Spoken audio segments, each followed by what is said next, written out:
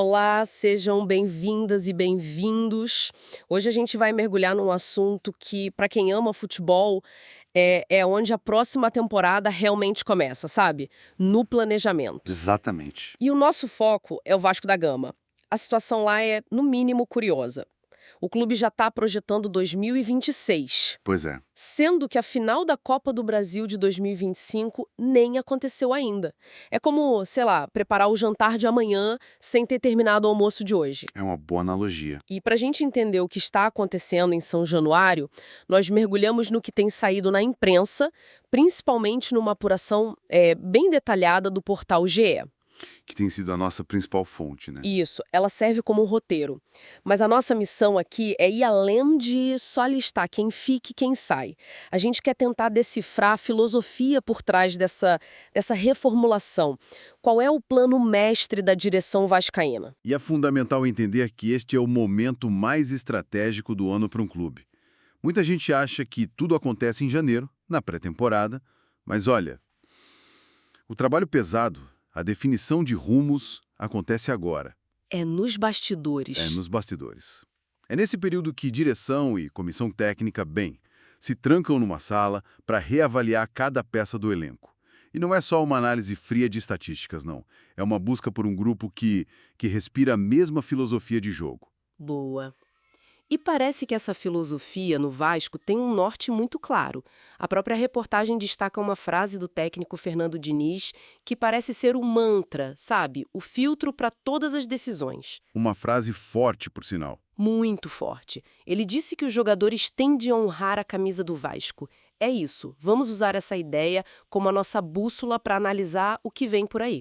Perfeito. Ok, vamos começar a desembrulhar isso. E o mais lógico é começar pelo único pilar que parece estar de pé no meio de tanta poeira de mudança. A informação que temos é que a única permanência confirmada e tratada como central no projeto é a de volante Jair. O pilar do meio-campo. Exato. E os detalhes do acordo são bem reveladores, não foi uma renovação simples. O contrato dele foi estendido até ao fim de 2026, com uma cláusula que permitir até 2027. Isso é um sinal, né? Num ambiente onde tudo parece incerto, o clube está a dizer, neste jogador nós apostamos a longo prazo. O que é realmente interessante aqui não é só a estabilidade. Para mim, o que essa escolha pode sinalizar é uma evolução tática do próprio Fernando Diniz. Como assim? Se a gente pensar no dinizismo em outros clubes, o primeiro volante era muitas vezes um jogador de passe mais refinado. Quase um armador recuado. Certo. O André no Fluminense, por exemplo. Exatamente. Ao apostar no Jair, que é um volante mais clássico, um destruidor de jogadas, forte na marcação, talvez o Diniz esteja sinalizando uma adaptação do seu modelo, buscando um pragmatismo maior, quem sabe para corrigir fragilidades defensivas que, já o assombraram no passado. Quer dizer que manter o Jair é mais do que só garantir um líder no balneário. É uma pista sobre como o time pode jogar. É exatamente isso. Não é só sobre liderança, é sobre o perfil do time. Manter o Jair como a primeira grande notícia para 2026 transforma-o numa declaração de intenções táticas. Ele vira o ponto de equilíbrio de um time que, ao que tudo indica, vai continuar a ser muito ofensivo. O cão de guarda. O cão de guarda.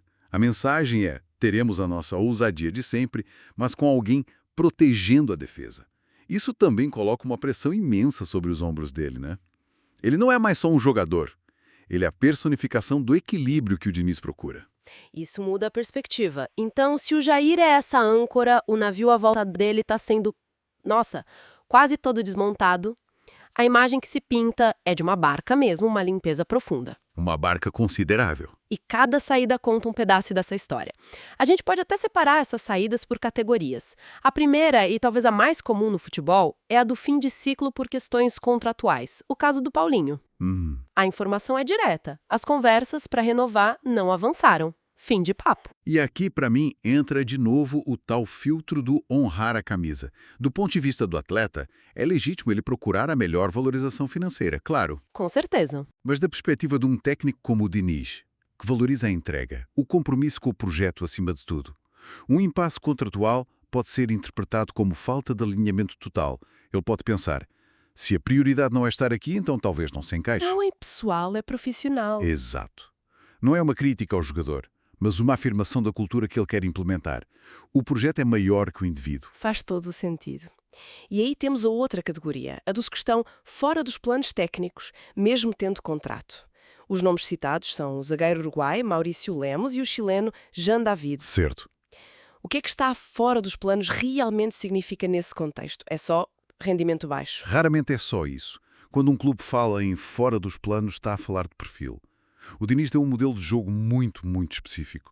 Ele precisa, por exemplo, de zagueiros que não só saibam defender. Mas que saibam jogar com a bola no pé. Exato. Que tenham coragem e qualidade para sair a jogar sob pressão, quebrando a primeira linha do adversário. Talvez o Lemos, na avaliação dele, não tenha essa característica de forma tão acentuada.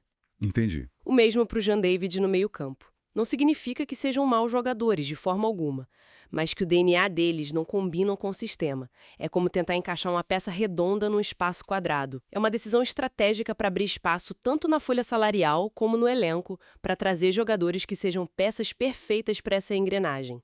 E aqui a história fica ainda mais complexa. Porque essa reformulação vai além do grupo que está hoje em São Januário. Uma das coisas que mais me chamou a atenção foi a situação dos jogadores que voltam de empréstimo. Ah, sim. O pensamento inicial de qualquer um seria: ótimo, reforços a custo zero chegando. Seria o lógico, né? Mas não é bem assim. O cenário é outro. 2 jogadores estão a regressar. O suíço Maxime, que estava no Toronto FC, e o argentino Sforza, do Juventude. E para os dois, o verdito parece ser o mesmo. Fora dos planos. Fora dos planos. Apesar de terem contrato com o Vasco, estão fora dos planos para 2026. A informação é que eles nem serão reavaliados nos treinos. E essa é talvez a decisão mais radical. A que melhor ilustra a convicção do Diniz no plano dele. Mas espera aí, isso não soa um pouco, sei lá, precipitado? Descartar 2 ativos do clube, jogadores internacionais, sem sequer dar uma olhada neles de perto no dia-a-dia? Não há um risco de se desfazer de um talento que poderia ter evoluído? É uma pergunta excelente. E é o dilema de qualquer gestor de futebol. Parece uma aposta muito alta. É uma aposta alta.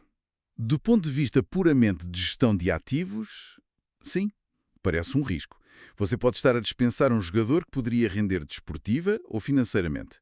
Clubes europeus, por exemplo, têm verdadeiros exércitos de emprestados que são constantemente reavaliados. Certo. Mas, por outro lado, na cabeça do Diniz, a coesão do grupo e a pureza da ideia de jogo dele são inegociáveis. Trazer de volta jogadores que talvez não se encaixem no perfil ou que possam criar algum ruído no balneário é um risco para a cultura que ele quer solidificar. Então é uma escolha de proteger a química do grupo, mesmo que isso custe um potencial ativo financeiro. Exatamente. Ele está a priorizar o ambiente e a filosofia. A mensagem para o grupo que fica é clara. Só está aqui que eu confio 100% para executar este plano. É uma demonstração de força, de clareza de propósito. Mas e para a direção? Para a direção, o desafio é enorme. O que fazer com estes jogadores? Tentar novos empréstimos, onde o Vasco provavelmente ainda vai arcar com parte dos salários? Ou procurar uma venda, sabendo que o mercado desvaloriza jogadores que foram publicamente descartados pelo próprio treinador? É uma sinuca de bico administrativa. É um quebra-cabeças bem complexo. E no meio dessas saídas todas, há um caso que parece já ter um ponto final, uma despedida praticamente oficializada. Sim. Estamos falando do zagueiro Maicon. A situação dele é bem direta. O contrato com o Vasco termina agora, no fim de 2025, e diferente dos outros, ele não deve ficar muito tempo no mercado. A apuração é que ele já tem negociações bem encaminhadas com o Coritiba. É o fim de um ciclo. Fim de um ciclo, sem grandes dramas. E se a gente conectar os pontos, a saída do Maicon, somada à provável saída do Maurício Lemos, acende um sinal de alerta gigante, com luzes a piscar a vermelho na defesa do Vasco. Porque não é trocar uma peça, é trocar o motor inteiro, É né? mais do que isso, é trocar o chassi. Estamos a falar dos 2 principais zagueiros, ou pelo menos 2 dos mais experientes. Isso indica que a reconstrução do setor defensivo é a prioridade número 1, 2 e 3 do clube para a próxima janela. E não é fácil achar jogador para essa posição. Especialmente para o sistema de Diniz. É uma das tarefas mais difíceis do mercado. Eles precisam ser rápidos para defender com muito campo nas costas, tecnicamente bons para construir o jogo desde trás e, acima de tudo, mentalmente fortes. Porque o sistema convida ao erro. O Vasco não está à procura de zagueiros, está à procura de um perfil muito, muito raro de jogador. Certo. Então, se a gente juntar todas as peças deste puzzle, o que é que a gente tem? O cenário que conseguimos desenhar é o de um Vasco a promover uma reestruturação radical para 2026. Radical é a palavra. De um lado, a aposta na continuidade de um pilar, o Jair. Do outro, uma lista de despedidas que atinge todo o tipo de jogador. Quem está em fim de contrato, como Paulinho e Maicon. Quem tem contrato, mas não se encaixa no plano, como o Lemos e o Jean David. Certo. E até os ativos do clube que voltam de empréstimo só para saberem que a aposta está fechada, como o Maxime e o Sforza. É muita gente. A síntese da estratégia é uma aposta total, de alto risco e alta convicção na filosofia de Fernando Diniz. O clube não está a fazer ajustes finos, está, bem, a implodir uma parte do edifício para construir algo novo, alinhado com esse ideal de honrar a camisa. E o foco agora nem é em quem chega. Não, de jeito nenhum. O mais interessante é que o foco da estratégia neste momento não é em quem vai chegar. É em definir de forma quase cirúrgica quem precisa sair para que o novo projeto tenha oxigênio para nascer. É uma tática de terra limpa, sabe? De criar um vácuo para depois preenchê-lo com jogadores que, na teoria, se encaixam perfeitamente na visão do treinador. E isso nos leva a uma reflexão final para quem acompanha o clube diante desta estratégia de limpeza, de uma reformulação que começa pelas saídas.